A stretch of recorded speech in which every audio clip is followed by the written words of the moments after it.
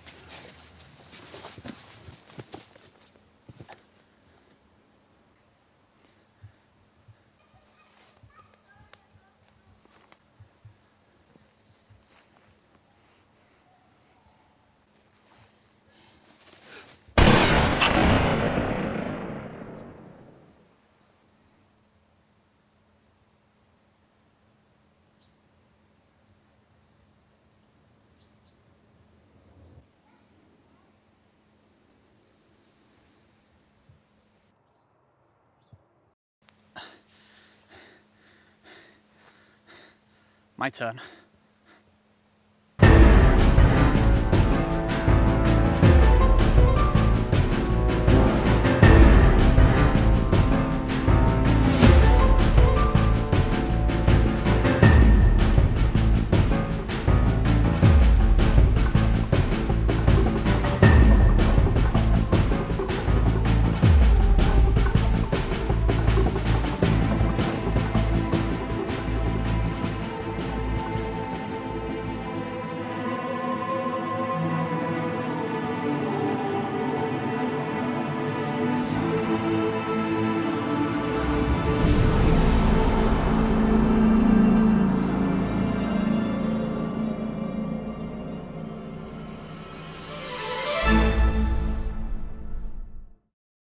Today, it's mince pies. Well, no, that's not what I've got for lunch actually. It's the title of our next film. Ian and Chris Butler used to make wedding videos, and they like to interview the guests to get stories about the bride and groom. And they've used that same technique in this next film, proving there's a story down every street. And I think it's a film of great warmth and charm.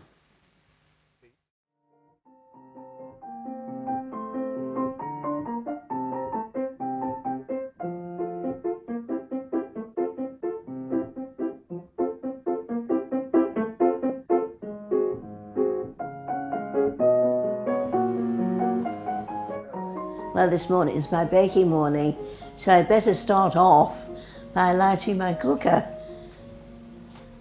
Put my cooker on. Need to get that nice and hot. There we are. It's going to be mince pies this morning. You know, I make hundreds of mince pies over the year. I suppose I find it very good therapy. I enjoy doing them. And I don't eat one of them. I don't like mince pies. Everybody laughs at that, but people enjoy eating them.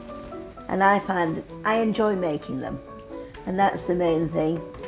I actually make shortbread for some friends who are Scottish.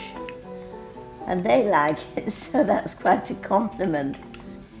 Shortbread, mince pies, fruit pies. When Jeff was with me, when Jeff was alive, I used to make lots of sponges, cherry cakes. Oh, and he did love caraway seed, and I couldn't stand it. But his mum used to make caraway seed cakes. Probably make about 2 dozen mince pies at a time, and then they don't have time to go stale. We had a very good cookery teacher at school, Miss Melrose, and I think I made my first Christmas cake at school with Miss Melrose, and I was 13 at the time. And my father, my dad, he enjoyed it so much, it became my job thereafter, and I actually used to make about 5 Christmas cakes, and now I don't make one. We used to walk home from school with the old-fashioned baskets with all our goodies in that we'd made, even Irish stew in a big jug. I don't know what's happened to Miss Melrose. I should think she's long since gone. Got hold of my hand one day, a man, and he said, "Your hand's cold." And I said, "Yes, it's usually cold." "Oh," he said, "I bet you make a lot of pastry then." I said, "Well, I do, as a matter of fact." And you do need cold hands to make pastry. No use making it. That's why I like to make it the day before and put it in the fridge. It's a little joke amongst my family that I keep all the men happy in the nicest possible way. They usually go away with a fruit pie or some mince pies or something. Put some stars on, pop them in the oven, and in 10 minutes that will be one tray done. I've got the oven on 6, top shelf, for about 10 minutes. Then they should be all right. I haven't only baked, I've had a very varied life. When the war came, I thought, well, I'll start nursing. I felt it was a worthwhile job. And Jeff, we got engaged. One day he was on invocation leave, and 2 days later he went to Liverpool and he set sail for the Far East. And I didn't hear anything then for 3 months, and he was away for nearly 3 years. And he came home in 1945, and we were married in 46. I was in the army as well. I was nursing in Crumpsall Hospital, which is now North Manchester, and I decided to join up, and I went. It was part of the RAMC, and I was sent down to London, to a large military hospital there. 10 minutes is up now, so I better see how they're getting along. I don't want them to be brown. Yes, those look quite good, don't they? Put some sugar on the top, some icing sugar. Nice and fresh and crisp. And I don't like them. Have off 2 dozen mince pies. Any takers?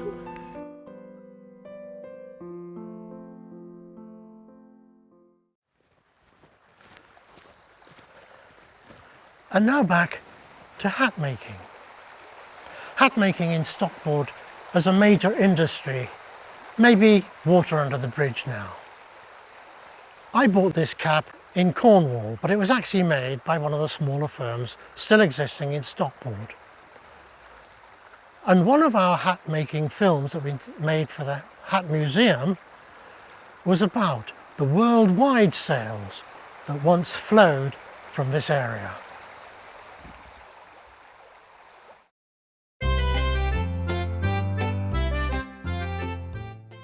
Fur-felt hats were exported from Stockport and Denton, literally all over the world.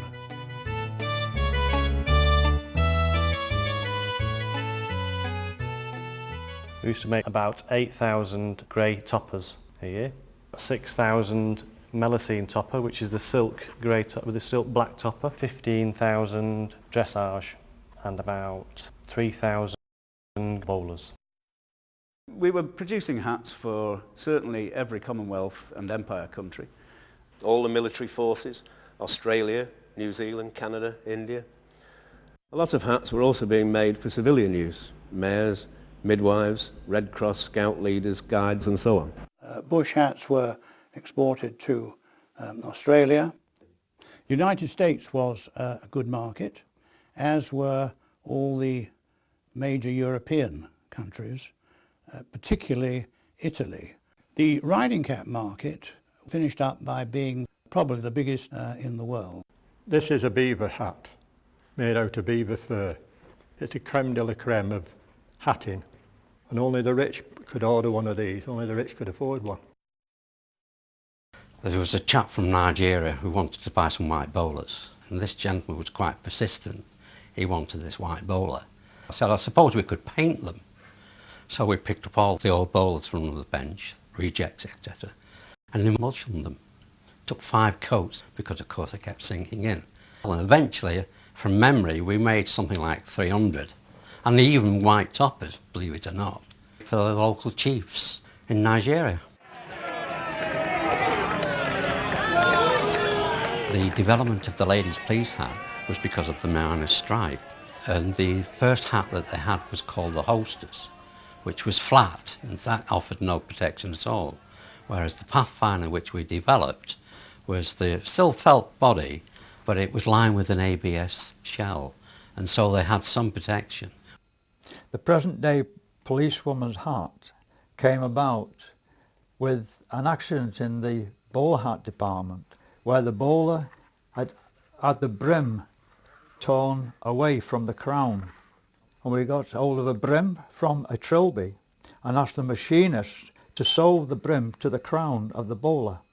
And that is the present day policewoman's hat.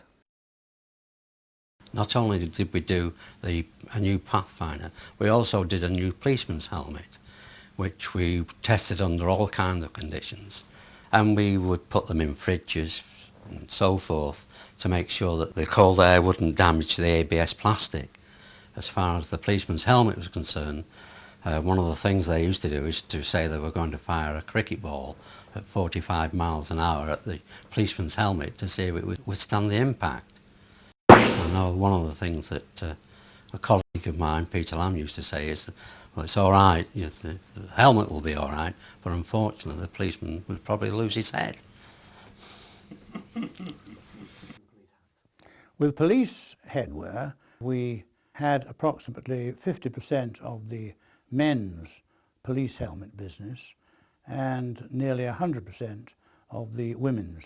We made soft hats for Harrison Ford in Indiana Jones, and we made the brown bowlers for Steed, and the miniature police helmet made for Prince Charles and Princess Anne when the Queen Mother visited Stockport in the 1960s. Over the years, Failsworth Hats has supplied many celebrities with hats. For example, Rex Harrison in My Fair Lady, we supplied him with a hat very similar to this one. Tony Hancock always wore a Homburg, and we supplied him with Homburgs like this. And then Jackie Stewart wore a racing cap like this, and we still sell thousands of these every year now. Hats are definitely back in fashion. There's a strong youth culture now. Pop stars are wearing them, DJs are wearing them. They're being worn at outdoor festivals, at Glastonbury, at Reading.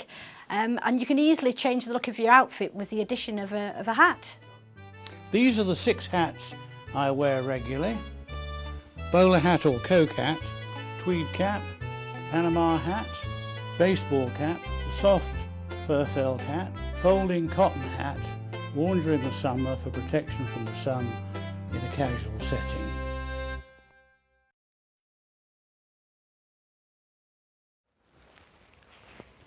Val Ellis, one-time president of the IAC, is, like the IAC, a great supporter of 1-minute films. You can make them in an afternoon, and Val has done just that many times. And here are 3 of them. And it's taken me less than a minute to say that. This is very nice, isn't it? It is. It's absolutely lovely. It's just right. Well, how's your nephew? Last time I saw you, he was... Well, to be honest, he's had a really tough time. First of all, he got angina, followed by arteriosclerosis. Really? And then he got bronchitis, followed by pneumonia. Gosh. And when he got through that, he had appendicitis, followed by diverticulitis. Poor chap. Goodness. And on top of all that, he got meningitis. Oh my God. He reckons it's the toughest spelling test he's ever had. Honestly. Drink your tea.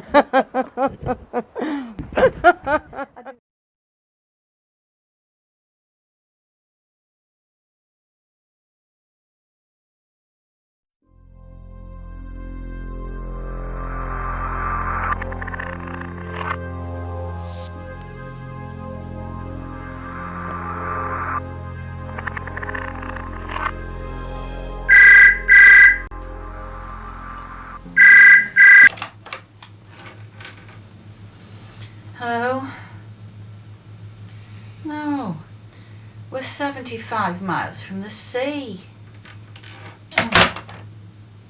Who was that? I don't know, some woman wanted to know if the coast was clear.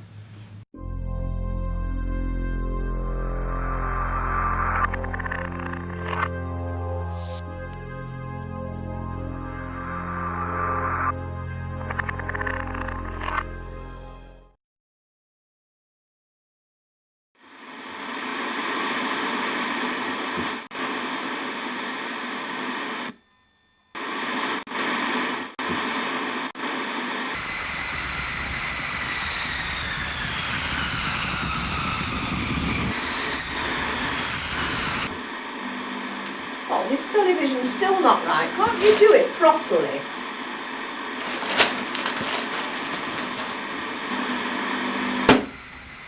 Well, I hope it lasts a bit longer this time. I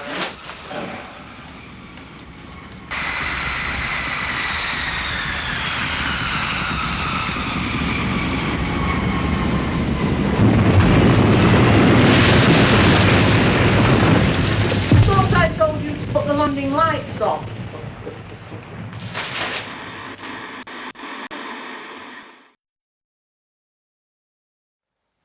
Imagine abseiling down here, the Monceau Viaduct. They've stopped it here now because it was too dangerous. can you imagine you doing it somewhere elsewhere, even for charity? Peter Blore, one of our newer members, a prolific filmmaker with a good sense of values, asks just that question with a variety of film sources.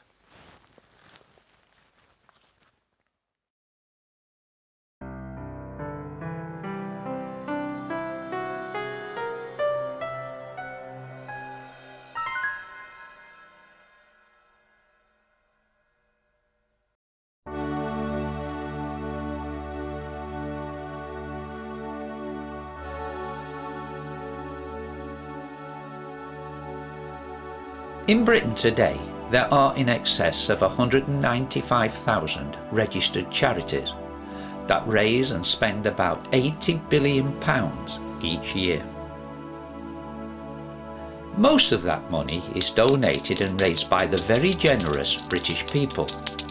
But no matter how much is raised from shops and collections, it's never enough. As a result, over the years, to maintain the public's interest and connection, all sorts of sponsored events have been developed, with some requiring guts and courage. So I ask you, would you push yourself out of an aircraft flying at 10,000 feet to raise cash for a good cause?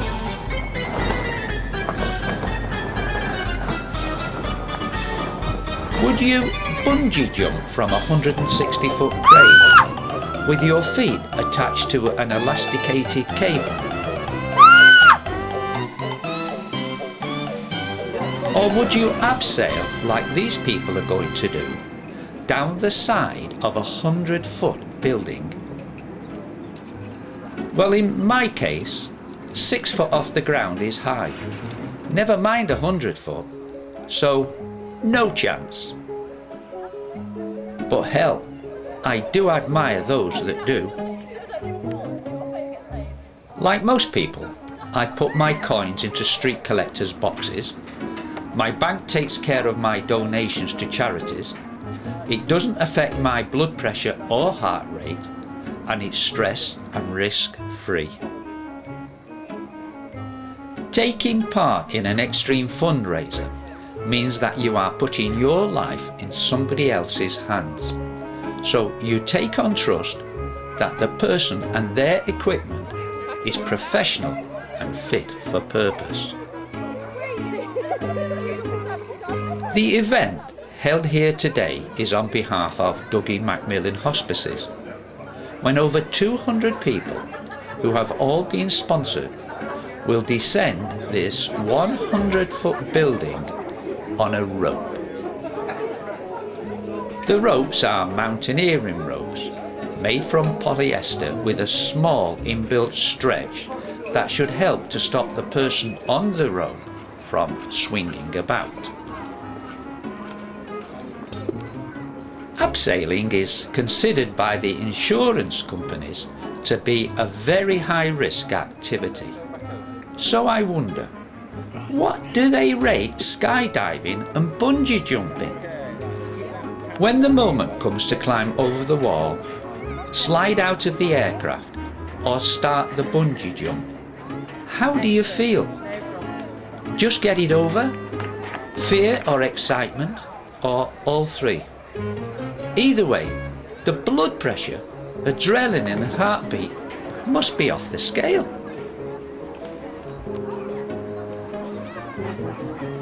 I am sure the people that come to watch do so to support those taking part. But for some reason, I can't help thinking about the French people who used to turn up at the guillotine. But when it's done, to the applause and cheers from the watchers, pride and satisfaction probably kicks in. Roger Thornhill, fundraising manager from Douglas Macmillan Hospice. We've got 200 people here today who've plucked up their courage to abseil more than 100 feet down the YMCA building. And each person has got themselves sponsored for more than £100 each So we're hoping to raise more than £20,000 for patients at the Douglas Macmillan Hospice, and that is fantastic. And above all, you have achieved what you set out to do. Raise money for the charity of your choice and raise money for people less fortunate than yourself.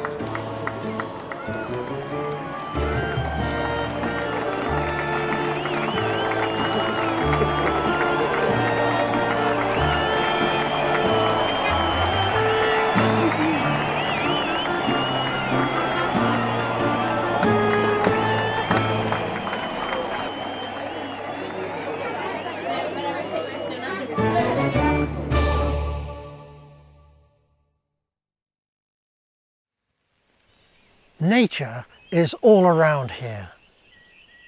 And there's plenty in your garden too. Sometimes it takes great patience to film it. Phil Guy, who unearthed the dinosaurs in the parkland, actually has a great love of nature. And he got a 5-star rating at the IAC's International BF competition with this next film.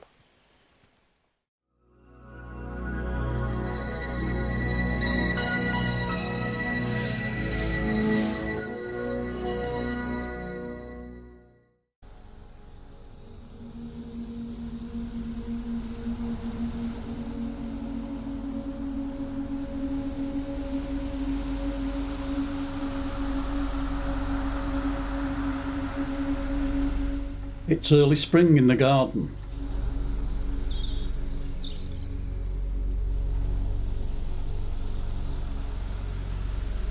And this female blackbird has been busy at work catching worms.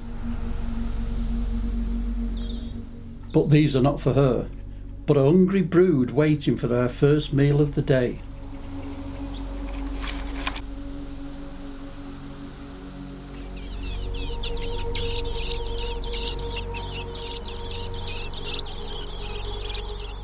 So let's go back to when it all began, some 4 weeks ago. It's late March, and as the last frosts of winter slowly melt away, dormant plants burst back into life after their winter sleep. Spring has arrived.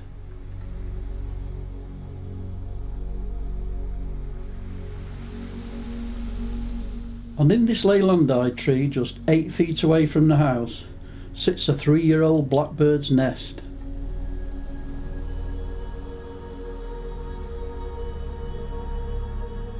The nest is just over 5.5 feet off the ground and is well hidden by ivy and thin branches. It's been used by the same pair of blackbirds for the past 2 years, and a few days ago they returned once again. With last winter's build-up of debris in the nest, the female begins to tidy up. She starts by cleaning out the nest, then adding some new material. Spreading out her wings, she shapes and forms the nest, ready to take her eggs. When happy with the results, she adds the finishing touches, while nearby her partner lets himself be heard.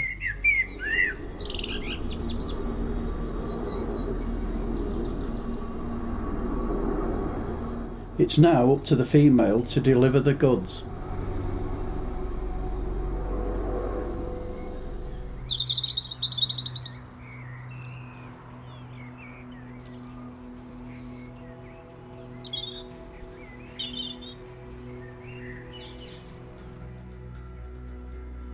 Five days have passed, and as she leaves the nest, her partner takes over, revealing 4 perfect mottled eggs. The male takes no part in incubating the eggs. His role is to watch over them while his partner is off the scene. But for now, she takes a well-earned rest in a nearby tree. The male, sensing her return, flies off, and she settles down once more.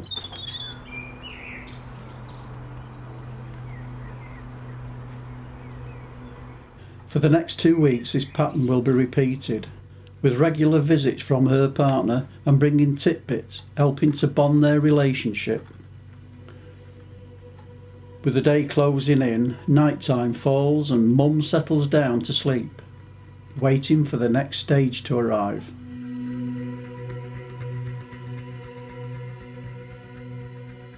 Two weeks have passed, and there in the nest, huddled together, are 4 pink and fluffy day old chicks. From now on, this becomes the busiest time for the parents as the demand for food increases daily.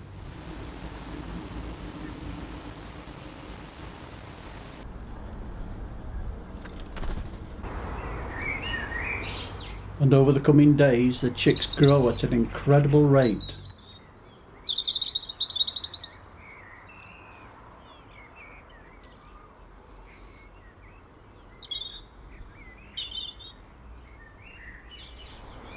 And in just 8 days, they become young fledglings.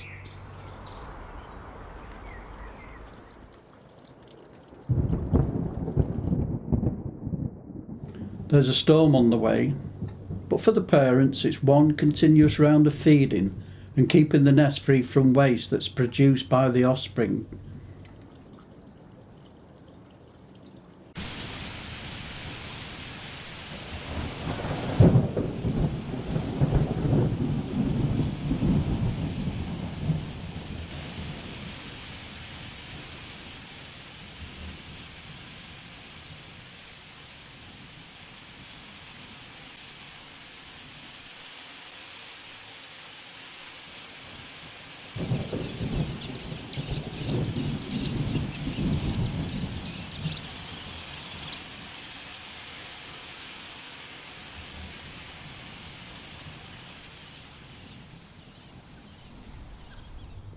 With the storm over, things return back to normal.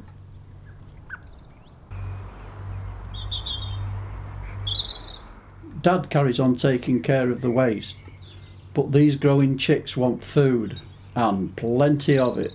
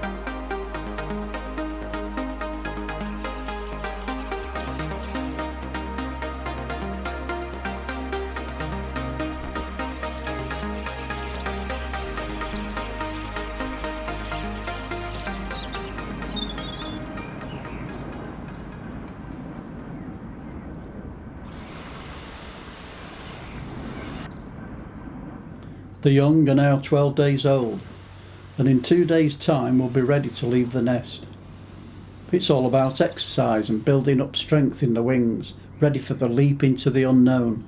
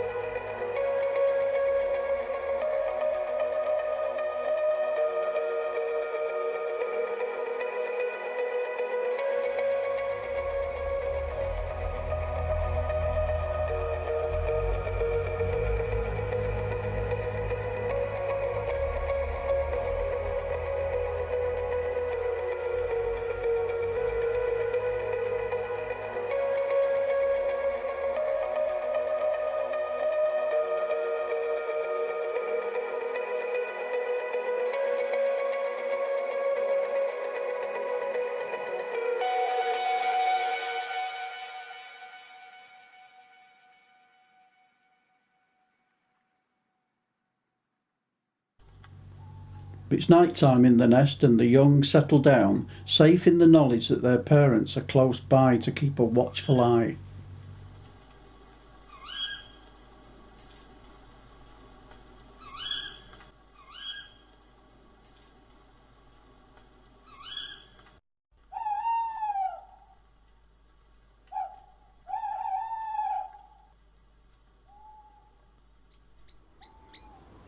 Next morning, the gardener wakes to the cries of the parents as they attempt to ward off a predator near to the nest.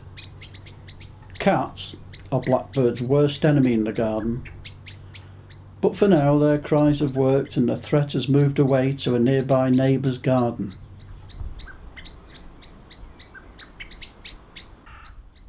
Unaware of the danger, the young carry on as normal, not knowing that in a few hours' time their lives will change forever.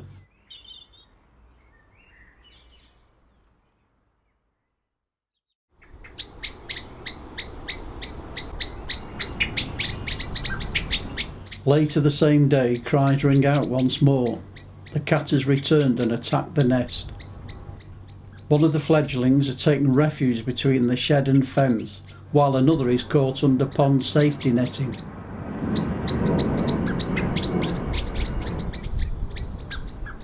As the parents make their warning calls, the young keep frozen to the spot.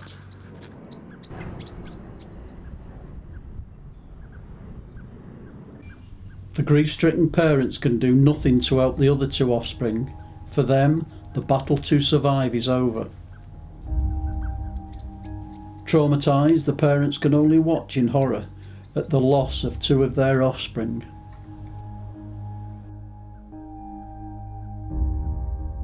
But now the attention has to be helping the two remaining young. With the danger still present, this chap makes it into a nearby tree and sits very still.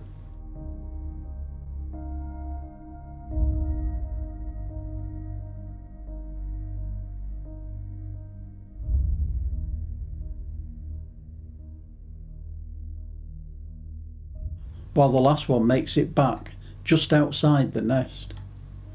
Shocked and trembling, his only thought is how to survive the night ahead.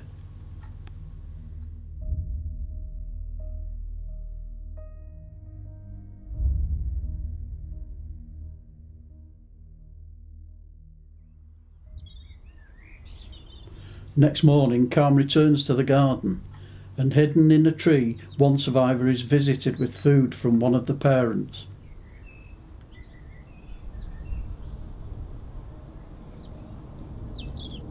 While the other leaves the safety near the nest and puts itself in danger once more.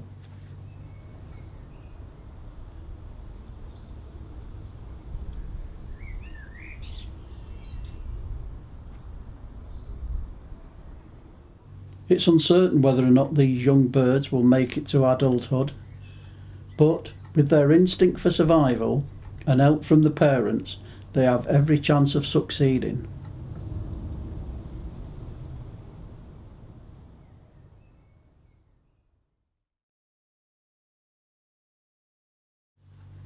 The nest is empty now. But surprisingly, a week later, Mum returns, followed soon after by 5 new eggs, one of which fails to hatch. But for the rest, this old story is about to be played out once more, in the nest.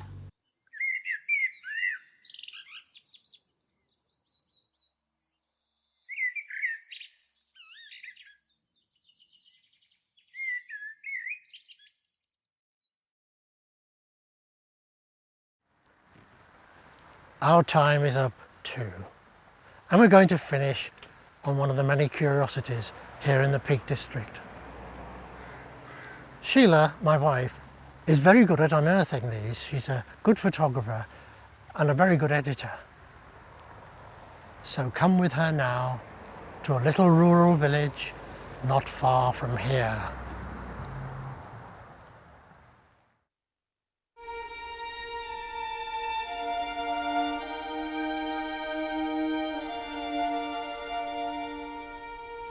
The sleepy village of Bonsall in Derbyshire. But today the peace is about to be shattered as the crowds arrive, the tension mounts and the competitors get ready for the World Championship of hen racing.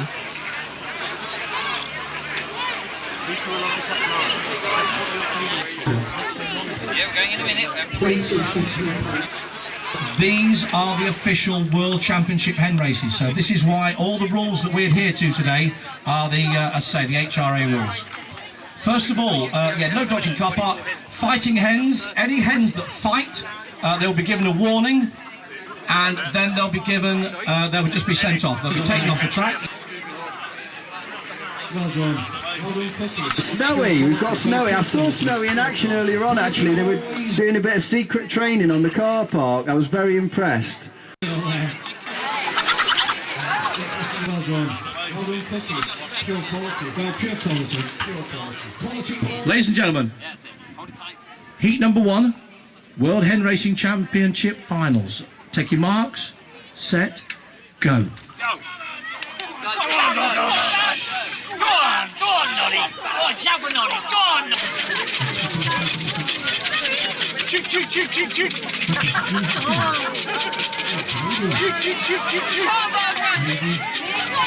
Come on, Gillingham.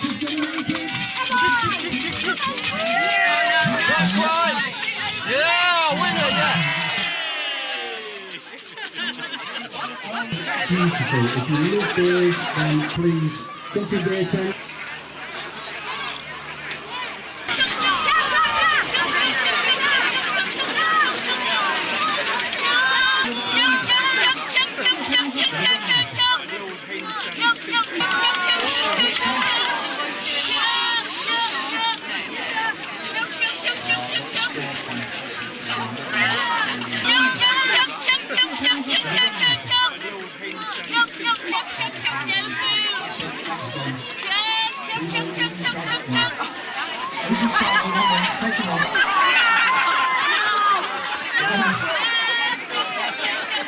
Well done, Dave.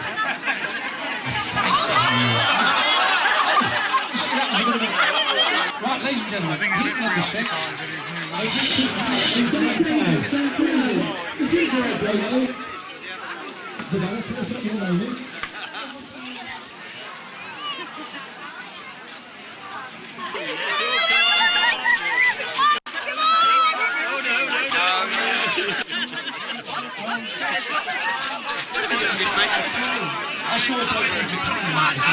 That one there. Whose is that one? That's okay, whose is that one? That's yours. That's got a final warning. Take that hen off.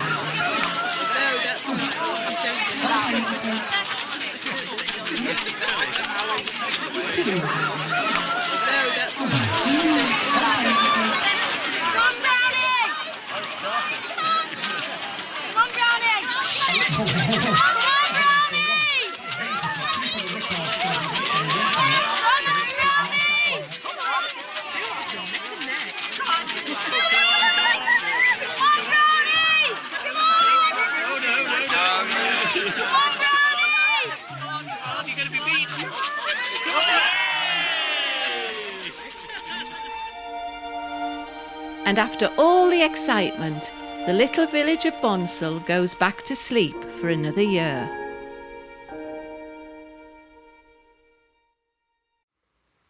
So that's it. We hope you've enjoyed our selection and our little jaunt around the Peak District. Just one more thing. How many times did I have my cap on? And how many times did I have my backpack on? Goodbye from Cheadle and Gatley Filmmakers.